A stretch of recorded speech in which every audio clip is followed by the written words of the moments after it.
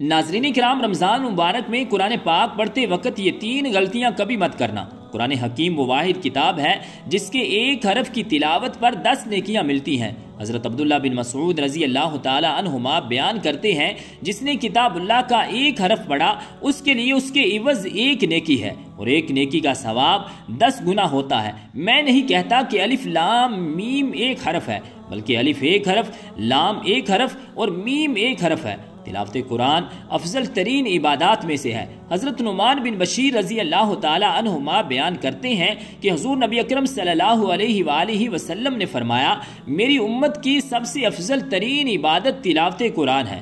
یہ عظیم کتاب جس کی تلاوت کی بے پناہ فضیلت ہے، رمضان مبارک کے بابرکت مہینے میں نازل ہوئی۔ اس لحاظ سے قرآن حکیم اور رمضان مبارک کا آپس میں گہرا تعلق ہے۔ رمضان مبارک میں قرآن مجید کی تلاوت کرنے والا گویا اس تعلق کو مضبوط و مستحکم کرتا ہے۔ حضور نبی اکرم صلی اللہ علیہ وآلہ وسلم کی متعدد احادیث مبارکہ اس بات کی دلیل ہیں کہ آپ صلی اللہ علیہ وآلہ وسلم رمضان مبارک میں قرآن حکیم کی تلاوت فرماتے اور جبریل امین علیہ السلام کو سناتے۔ حضرت عبداللہ بن عباس رضی اللہ تعالی عنہما سے مروی ہے، حضرت جبریل امین علیہ السلام رمضان کی ہر رات میں آپ صلی اللہ علیہ وآلہ وسلم سے ملاقات کرتے اور آپ صلی اللہ علیہ وآلہ وسلم کے ساتھ قرآن کا دور کرتے۔ بروز قیامت تلاوت قرآن کا اہتمام کرنے والوں اور اس کے معانی سمجھنے والوں کی شفاعت خود قرآن حکیم فرمائے گا۔ حضرت عبداللہ بن عمر رضی اللہ تعالی عنہما بیان کرتے ہیں کہ حضور نبی اکرم صلی اللہ علیہ وآلہ وسلم نے فرمایا،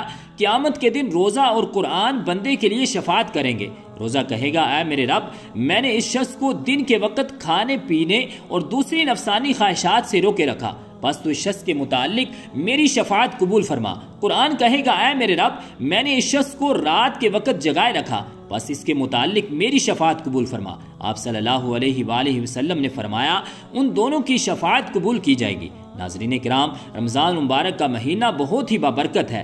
رمضان میں قرآن مجید پڑھنے کا شوق ہمارے اندر بہت زیادہ ہو جاتا ہے۔ جیسے ہی رمضان کا مہینہ آتا ہے، ہم لوگ یہ چاہتے ہیں کہ ہم زیادہ سے زیادہ قرآن پاک پڑھیں۔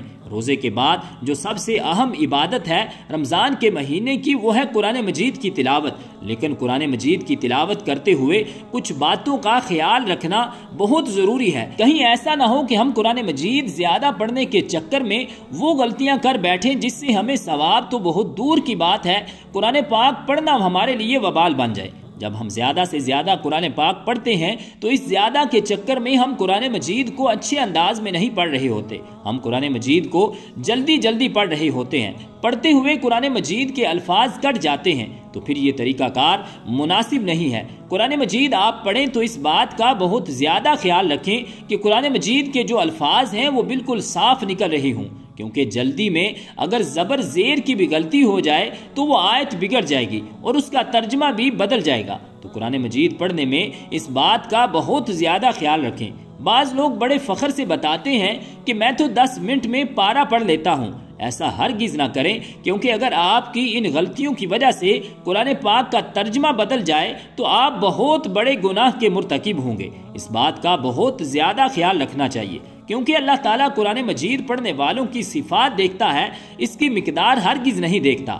حدیث میں آتا ہے کہ جو شخص قرآن مجید کو پڑھ رہا ہو لیکن زبان اس کی ساتھ نہیں دے رہی ہو، لیکن وہ پڑھنے کی کوشش کر رہا ہے، اٹک رہا ہے، اللہ کے نبی صلی اللہ علیہ وآلہ وسلم نے ارشاد فرمایا کہ اس اٹکنے والے کو دگنا اجر ملتا ہے۔ جیسے کہ ارشاد ربانی ہے، اے حبیب، قرآن کو خوب ٹھہر کر پڑھا کرو، ہم انقریب آپ پر ایک بھاری فرمان نازل کریں گے۔ قرآن مجید کو صاف آواز میں پڑھنا چاہیے۔ اکثر لوگ قرآن تو پڑھتے ہیں لیکن ہونٹ نہیں ہلتے کہ قرآن مجید کو آپ دل ہی دل میں پڑھ رہے ہوتے ہیں، لیکن وہ قرآن مجید کی تلاوت نہیں کہلائے گی۔ اسی لیے آپ اگر قرآن مجید پڑھ رہے ہوں، چاہے آہستہ پڑھو چاہے زور سے پڑھو، لفظوں کی ادائیگی آپ کی زبان سے ہونا ضروری ہے۔ جیسے کہ قرآن پاک میں ارشاد ہے، اور قرآن کو ہم نے جدا کر کے اتارا تاکہ آپ اسے لوگوں پر ٹھہر کر پڑھیں، اور ہم نے اسے رفتہ تدریجاً اتارا ہے۔ بظاہر قرآن پاک کھلا ہوا ہے اور آپ کے نہ تو ہونٹ چل رہے ہیں نہ زبان چل رہی ہے، تو دیکھنے میں ایسا لگے گا کہ لفظوں کی مکمل ادائیگی نہیں ہو رہی ہے۔ اکثر لوگ بالکل ہونٹ بند رکھتے ہیں، ان کے ہونٹ حرکت نہیں کر رہے، بس نظریں چل رہی ہیں کہ بس لائنوں پر نظریں چل رہی ہوتی ہیں۔ تو یہ قرآن مجید کو صرف دیکھنا ہے، یہ قرآن مجید کو پڑھنا نہیں ہے۔ یا اس میں ہم یہ کہہ سکتے ہیں کہ قرآن مجید دل میں پڑھا جا رہا ہے۔ اس طرح قرآن مجید دیکھنے کا ثواب تو ملے گا، لیکن قرآن پاک پڑھنے کا ثواب نہیں ملے گا۔ اسی لیے اگر آپ آہستہ سے بھی قرآن پاک پڑھ رہی ہوں تو زبان سے آپ کے لفظوں کی ادائیگی ہونا ضروری ہے۔ تو یہ غلطیاں ہیں جو قرآن مجید کی تلاوت کرتے وقت ہم اکثر کرتے ہیں، جو ہمیں بالکل بھی نہیں کرنی چاہیے۔ حضرت ابو ہریرہ رضی اللہ تعالی عنہ بیان کرتے ہیں کہ حضور نبی اکرم صلی اللہ علیہ وآلہ وسلم کے ساتھ حضرت جبریل امین علیہ السلام سال میں ایک دفعہ قرآن کریم کا دور کیا کرتے تھے، لیکن جس سال آپ صلی اللہ علیہ وآلہ وسلم کا وصال مبارک ہوا اس سال 2 مرتبہ دور کیا۔ پہلے آپ صلی اللہ علیہ وآلہ وسلم ہر سال 10 روز اعتکاف فرمایا کرتے تھے، لیکن جس سال آپ صلی اللہ علیہ وآلہ وسلم کا وصال ہوا اس سال 20 روز اعتکاف فرمایا۔ اس حدیث کو امام بخاری، امام ابو داؤد اور امام نسائی نے روایت کیا ہے۔ حضرت عائشہ صدیقہ رضی اللہ تعالی عنہا بیان فرماتی ہیں کہ حضرت فاطمہ الزہرا سلام اللہ علیہا تشریف لائیں اور ان کا چلنا ہو بہو حضور نبی اکرم صلی اللہ علیہ وآلہ وسلم کے چلنے جیسا تھا۔ آپ صلی اللہ علیہ وآلہ وسلم نے اپنی لخت جگر کو خوش آمدید کہا اور اپنے دائیں یا بائیں جانب بٹھا لیا، پھر چپکے سے ان سے کوئی بات کہی تو وہ رونے لگی۔ میں نے ان سے پوچھا آپ کیوں رو رہی ہیں؟ پھر آپ صلی اللہ علیہ وآلہ وسلم نے ان سے کوئی بات چپکے سے کہی تو وہ ہنس پڑی۔ بس میں نے کہا کہ آج کی طرح میں نے خوشی کو غم کے اتنے نزدیک کبھی نہیں دیکھا۔ میں نے حضرت فاطمہ الزہرا سلام اللہ علیہا سے پوچھا آپ سے حضور نبی اکرم صلی اللہ علیہ وآلہ وسلم نے کیا فرمایا تھا؟ انہوں نے جواب دیا میں رسول اللہ صلی اللہ علیہ وآلہ وسلم کے راز کو ظاہر نہیں کر سکتی۔ جب حضور نبی اکرم صلی اللہ علیہ وآلہ وسلم کا وصال ہو گیا تو میں نے ان سے اس بارے میں پھر پوچھا تو انہوں نے جواب دیا آپ صلی اللہ علیہ وآلہ وسلم نے مجھ سے یہ سرگوشی کی تھی کہ جبریل ہر سال میرے ساتھ قرآن مجید کا ایک بار دور کیا کرتے تھے، لیکن اس سال 2 مرتبہ دور کیا۔ میرا خیال یہی ہے کہ میرا وقت وصال آ پہنچا ہے اور بے شک میرے گھر والوں میں سے تم ہو جو سب سے پہلے مجھ سے ملو گی۔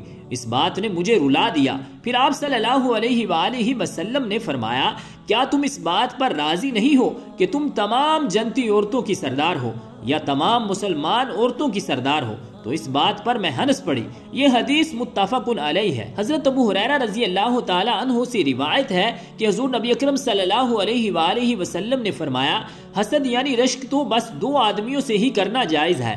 پہلا وہ شخص جسے اللہ تعالیٰ نے قرآن پڑھنا اور سمجھنا سکھایا ہو تو وہ رات اور دن کے اوقات میں اس کی تلاوت کرتا ہے، اس کا پڑوسی اسے قرآن پاک پڑھتے ہوئے سنتا ہے تو کہہ اٹھتا ہے کہ کاش مجھے بھی اس کی مثل قرآن عطا کیا جاتا تو میں بھی اسی کی طرح عمل کرتا جس طرح یہ عمل کرتا ہے۔ اور دوسرا وہ شخص جسے اللہ تعالیٰ نے مال بخشا ہے اور وہ اسے اللہ تعالیٰ کی راہ میں صرف کرتا ہے، دوسرا شخص اسے دیکھ کر کہتا ہے کہ کاش مجھے بھی اتنا مال ملتا جتنا اسے ملا ہے تو میں بھی اسی کی طرح عمل کرتا جس طرح یہ عمل کرتا ہے۔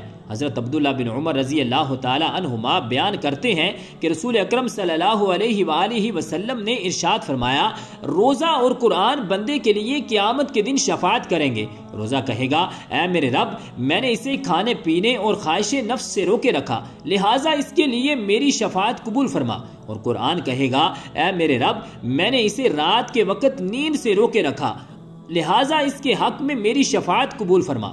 رسول اللہ صلی اللہ علیہ وآلہ وسلم نے فرمایا دونوں کی شفاعت قبول کر لی جائے گی۔ اللہ تعالی ہمیں دین اسلام کی مکمل سمجھ نصیب فرمائے اور ہمیں بہتر سے بہتر عمل کرنے کی توفیق اور ہمت عطا فرمائے، آمین بجاہ النبی الکریم الامین۔